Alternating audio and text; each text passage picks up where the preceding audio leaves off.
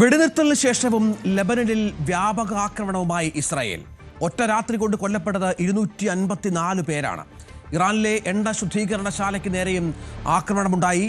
വെടിനിർത്തൽ ലംഘനത്തിന് പിന്നാലെ ഹോർമൂസ് കടലിടുക്കും വീണ്ടും ഇറാൻ അവിടെ ചില നിയന്ത്രണങ്ങൾ ഏർപ്പെടുത്തി എന്ന വിവരങ്ങൾ കൂടി പുറത്തു വരുന്നുണ്ട്. ലെബനിലെ ഇസ്രായേൽ ആക്രമണങ്ങളെ ഇറാൻ ശക്തമായി വിമർശിച്ചിട്ടുണ്ട്. വെടിനിർത്തൽ വേണോ അതോ ഇസ്രായേൽ വഴിയുള്ള യുദ്ധം തുടരണമോ എന്നാണ് US തീരുമാനിക്കണമെന്ന് അബ്ബാസ് അരഗ്ജി വ്യക്തമാക്കുന്നത്. അതേസമയം ലെബന്റെ പേരിൽ ഇറാൻ വെടിനിർത്തൽ ലംഘിച്ചാൽ അത് വിഡ്ഢിത്തമാകുമെന്ന് US വൈസ് പ്രസിഡന്റ് JD വാൻസും വ്യക്തമാക്കുന്ന പശ്ചാത്തലമുണ്ടായി.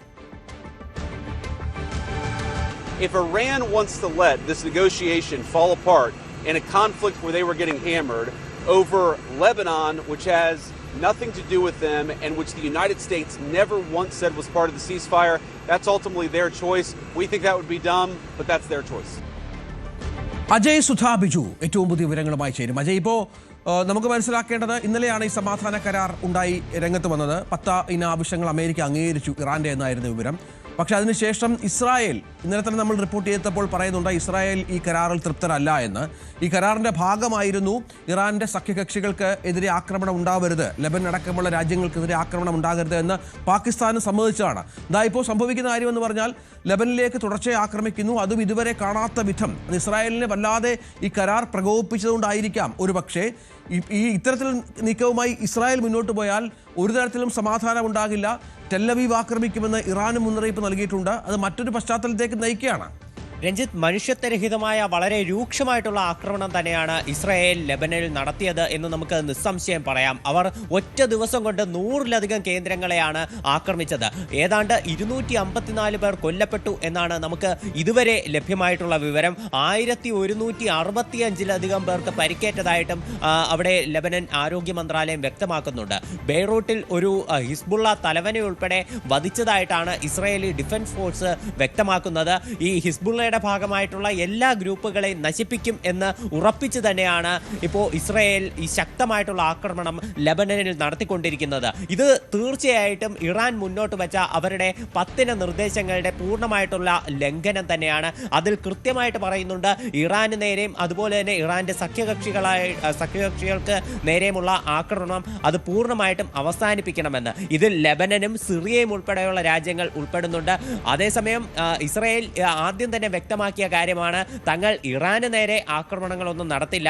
ഇപ്പോൾ US-മായി ഉണ്ടാക്കിയിട്ടുള്ള വെടിനിർത്തൽ കരാറ് പ്രകാരം തങ്ങൾ 2 ആഴ്ചത്തേക്ക് ഇറാനിലേക്ക് യാതൊരുവിധ ആക്രമണങ്ങളും നടത്തില്ല. ഇതെല്ലാം നിർത്തിവെച്ചിരിക്കുകയാണ്. എന്നാൽ തങ്ങൾ ലെബനിലേക്ക് ആക്രമണം നടത്തും.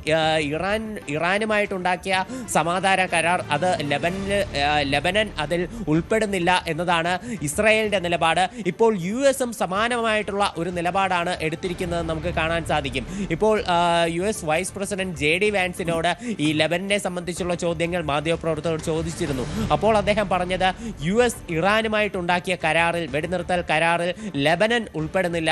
ലെബനന്റെ പേരിൽ ഇറാൻ തങ്ങളുടെ ആ വെടിനിർത്തൽ കരാർ അത് ലംഘിക്കുകയാണെങ്കിൽ അത് മണ്ടത്തരമാകും, അത് വിഡ്ഢിത്തമാകുമെന്നാണ് JD വാൻസ് വ്യക്തമാക്കിയിട്ടുള്ളത്. ഇപ്പോൾ ഇറാന്റെ ഭാഗത്ത് നിന്ന് ഇപ്പോൾ സ്ഥിരീകരിക്കാത്ത ചില വിവരങ്ങൾ വരുന്നത് ഹോർമുസ് കടലിടുക്കുമായി ബന്ധപ്പെട്ടാണ്. അതിന്റെ കാര്യത്തിൽ ഇപ്പോഴും ഒരു വ്യക്തത ഉണ്ടായിട്ടില്ല. അതായത് ഹോർമുസ് ഇടയ്ക്ക് തുറന്നു, അതിനുശേഷം 4-5 കപ്പലുകളെ കടത്തിവിട്ടു എന്നുള്ള വിവരങ്ങൾ പുറത്തു വരികയാണ്. അതിനുശേഷം വീണ്ടും ഹോർമുസ് അടച്ചു എന്നും ചില വിവരങ്ങൾ പുറത്തു വരുന്നുണ്ട്. അത് വളരെ പ്രധാനമാണ്. പക്ഷേ ഇറാൻ പറയുന്നത് കപ്പലുകളുടെ റൂട്ട് മാറ്റി വിടുന്നതുമായി ബന്ധപ്പെട്ടുള്ള ചില ക്രമീകരണങ്ങൾ മാത്രമാണ് എന്നാണ്. പക്ഷെ അപ്പോഴും ഈ ഹോർമുസിൽ തട്ടിയായിരുന്നുവല്ലോ ഇത്രയും നാൾ ചർച്ചകൾ വഴിമുട്ടിയിരുന്നത്. അത് തങ്ങളുടെ നിയന്ത്രണത്തിലാക്കുന്ന ഇറാൻ ഹോർമുസിൽ കപ്പലുകൾ കടക്കാൻ ടോൾ അടക്കം മറ്റു വാർത്ത പുറത്തു വരുന്നത് ഇറാന്റെ നാവികസേനയുടെ അനുമതി വാങ്ങിയതിന് ശേഷം മാത്രമാണ് കപ്പലുകൾ കടത്തിവിടുക എന്നുള്ളതാണ്. സ്വാഭാവികമായും ഇത്തരം നിബന്ധനകൾ, ഇത്തരം കടുംപിടുത്തങ്ങളൊക്കെ ഇസ്രായേലിനെയും അമേരിക്കയും പ്രകോപിപ്പിക്കുമെന്ന കാര്യത്തിൽ സംശയമില്ല. യഥാർത്ഥത്തിൽ ഹോർമുസ് പൂർണ്ണമായും തുറന്നു എന്ന് നമുക്ക് പറയാൻ സാധിക്കില്ലല്ലോ അജയ്. ഇക്കാര്യത്തിൽ പലതരം റിപ്പോർട്ടുകളാണ് പല അന്താരാഷ്ട്ര മാധ്യമങ്ങളും പുറത്തുവിടുന്നത്. അൽ ജസീറ പുറത്തുവിട്ട ഒരു റിപ്പോർട്ട് പ്രകാരം IRGC ഈ നിലവിൽ ഈ ഹോർമുസ് കടലെടുക്കിൻ്റെ കാര്യത്തിൽ വ്യക്തമാക്കുന്നത് നിലവിൽ ഹോർമുസ് കടലെടുക്ക് വഴി എല്ലാ കപ്പലുകൾക്കും യാത്ര ചെയ്യാം. എന്നാൽ മേഖലയിൽ ഇറാൻ കുറച്ച് മൈനുകൾ വിന്യസിച്ചിരിക്കുന്നത് കാരണം ഈ കപ്പലുകളുടെ റൂട്ട് മാറ്റി മറ്റൊരു റൂട്ട് വഴി പോകണമെന്നതാണ് IRGC നേവിയുടെ നിർദ്ദേശം. അതായത് ഇറാന്റെ തെക്കൻ മേഖലയിലുള്ള ലറാഖ് ദ്വീപിന് കടലിടുക്കിന്റെ വടക്ക് ഭാഗത്ത് കൂടി കറങ്ങി പിന്നീട് ഗൾഫ് മേഖലയിലേക്ക് കടക്കണം എന്നതാണ് IRGCയുടെ ഒരു നിർദ്ദേശം. ഈ റിപ്പോർട്ട് അൽ ജസീറയാണ് പുറത്തുവിട്ടത്. അതേസമയം CNN വേൾഡിന്റെ ഒരു റിപ്പോർട്ട് അനുസരിച്ച് IRGC ഇസ്രായേൽ വെടിനിർത്തൽ കരാർ ലംഘിച്ചതോടെ പൂർണ്ണമായിട്ടും ഹോർമുസ് കടലിടുക്ക് അടച്ചു എന്ന് CNN വേൾഡും റിപ്പോർട്ട് ചെയ്യുന്നുണ്ട്. അപ്പോൾ ഇത്തരത്തിൽ പലതരം റിപ്പോർട്ടുകളാണ് നിലവിൽ അന്താരാഷ്ട്ര മാധ്യമങ്ങൾ റിപ്പോർട്ട് ചെയ്യുന്നത്. ഈ ഹോർമുസ് കടലിടുക്കിന്റെ വിഷയത്തിൽ ഇപ്പോഴും ഒരു വ്യക്തത ഉണ്ടായിട്ടില്ല. പല എണ്ണക്കപ്പലുകളും ഈ മേഖലയിൽ ഒരു കൺഫ്യൂഷൻ തുടരുന്ന സാഹചര്യത്തിൽ ഇതുവഴി യാത്ര ചെയ്യാതെ ഇരിക്കുകയാണ്. ഇതിന്റെ രണ്ട് ഭാഗത്തും പല കപ്പലുകളും ഇപ്പോഴും കാത്തു നിൽക്കുന്ന ഒരു അവസ്ഥയുണ്ട്. എന്തായാലും ഈ ലെബനിലേക്കുള്ള ഇസ്രായേലിന്റെ ആക്രമണം മേഖലയിലൂടെയുള്ള ഒരു ചരക്ക് ഗതാഗതത്തെയും തീർച്ചയായിട്ടും ബാധിച്ചിട്ടുണ്ട്.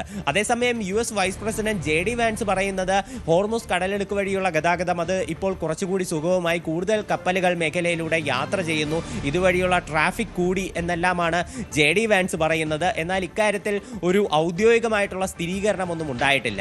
ഇറാനും ഈ ലെബനന് നേരെയുള്ള ഇസ്രായേലിന്റെ ആക്രമണത്തെ ശക്തമായി അപലപിച്ചുകൊണ്ട് രംഗത്ത് വരികയാണ്. ഇറാന്റെ വിദേശകാര്യമന്ത്രിയായിട്ടുള്ള അബ്ബാസ് അരക്ചി പറയുന്നത് ഇസ്രായേൽ വഴി ഒരു ആക്രമണം അതാണ് അമേരിക്ക ലക്ഷ്യമിടുന്നതെങ്കിൽ, ഇസ്രായേൽ വഴി ഈ ആക്രമണത്തെ മുന്നോട്ട് കൊണ്ടുപോകാനാണ് അമേരിക്കയുടെ ഉദ്ദേശമെങ്കിൽ ഈ വെടിനിർത്തൽ കരാർ അത് തീർച്ചയായിട്ടും ലംഘിക്കപ്പെടും. ഇക്കാര്യത്തിൽ അമേരിക്ക ഒരു കൃത്യമായി തീരുമാനമെടുക്കണം എന്നതാണ് അബ്ബാസ് അരക്ചി വ്യക്തമാക്കുന്നത്. അതുപോലെ തന്നെ ലെബനനിൽ നടന്നിട്ടുള്ള ആക്രമണങ്ങളെ ഇറാന്റെ പ്രസിഡന്റായിട്ടുള്ള മസൂദ് പെസഷ്കിയാൻ ശക്തമായിട്ടുള്ള ഭാഷയിൽ അപലപിച്ചിട്ടുണ്ട്.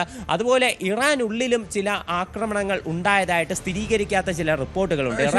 സമാധാനം അവിടെ തുടരുകയാണ്. അബ്ബാസ് അരക്ചിയൊക്കെ ഇതുമായി ബന്ധപ്പെട്ട വലിയ വിമർശനം ഇസ്രായേലിൽ നടത്തുന്നുണ്ട്. യഥാർത്ഥത്തിൽ ഇപ്പോൾ അമേരിക്ക സമാധാനം കാക്ഷിക്കുന്നുവെങ്കിൽ പോലും ഇസ്രായേലാണ് പ്രശ്നങ്ങൾ ഉണ്ടാക്കുന്നത് എന്നുള്ള വ്യാപകമായ ഒരു വിമർശനം കൂടി ഉയരുന്ന പശ്ചാത്തലമുണ്ട്.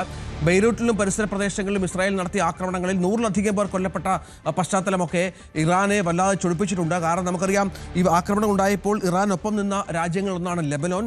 ഹിസ്ബുള്ളയുടെ വലിയ പിന്തുണ ഇറാനുമായി ബന്ധപ്പെട്ട് നേരത്തെ തന്നെ ഉണ്ട്. പക്ഷേ അതിനിടയിലാണ് ഇത്തരം ആക്രമണങ്ങൾ നടക്കുന്നത്. ഇറാന്റെ കരാറിലെ വളരെ പ്രധാനപ്പെട്ട ഒന്ന് ഈ ലെബനനടക്കം ആക്രമിക്കരുത് എന്നുള്ളതായിരുന്നു. ഇപ്പോൾ അമേരിക്കയല്ല, ഇസ്രായേലാണ് ലെബനെ ആക്രമിക്കുന്നത് എന്നുള്ളതാണ് ആശങ്ക വല്ലാതെ വർദ്ധിപ്പിക്കുന്ന സാഹചര്യം ഒരുക്കുന്നത് എന്നുള്ള ഏറ്റവും പ്രധാനമാണ്. അതേസമയം ലെബനിലെ ആക്രമണങ്ങളുടെ പശ്ചാത്തലത്തിൽ ഹോർമുസ് കടലിടുക്കിലൂടെയുള്ള എണ്ണക്കപ്പലുകളുടെ ഗതാഗതവുമായി ബന്ധപ്പെട്ടും ചില അനിശ്ചിതത്വങ്ങൾ നിലനിൽക്കുന്നു എന്നുള്ള വിവരങ്ങൾ കൂടി പുറത്തു വരുന്നുണ്ട്.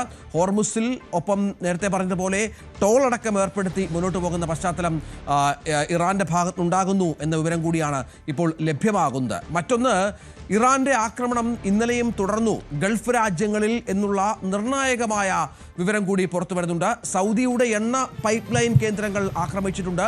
UAE, Saudi, Bahrain, Qatar, Kuwait എന്നിവിടങ്ങളിലെല്ലാം ഇറാൻ ആക്രമണം നടത്തിയെന്ന വളരെ പ്രധാനപ്പെട്ട വിവരമുണ്ട്. സൗദിയുടെ തന്ത്രപ്രധാനമായ കിഴക്ക് പടിഞ്ഞാറൻ എണ്ണ പൈപ്പ് ലൈനിന് നേരെ ആക്രമണമുണ്ടായി. സൗദിയുടെ കിഴക്കൻ മേഖലയിലെ എണ്ണപ്പാടങ്ങളിൽ ആക്രമണം സംഭവിച്ചു. വലിയ എണ്ണപ്പാടങ്ങളാണ് ഇത്. തകരാറുകൾ പൈപ്പ് ലൈനുകൾക്ക് സംഭവിച്ചു എന്നുള്ള വിവരമുണ്ട്. നിരവധി ഡ്രോണുകൾ ഈ മേഖലയിലേക്ക് വരികയും മറ്റും ചെയ്തു. അത് തടഞ്ഞുവെന്നാണ് സൗദി പറയുന്നത്. 9ഓളം ഡ്രോണുകൾ ആക്രമണം നടത്തിയെന്നുള്ള പ്രതിരോധ മന്ത്രാലയത്തിന്റെ വിവരം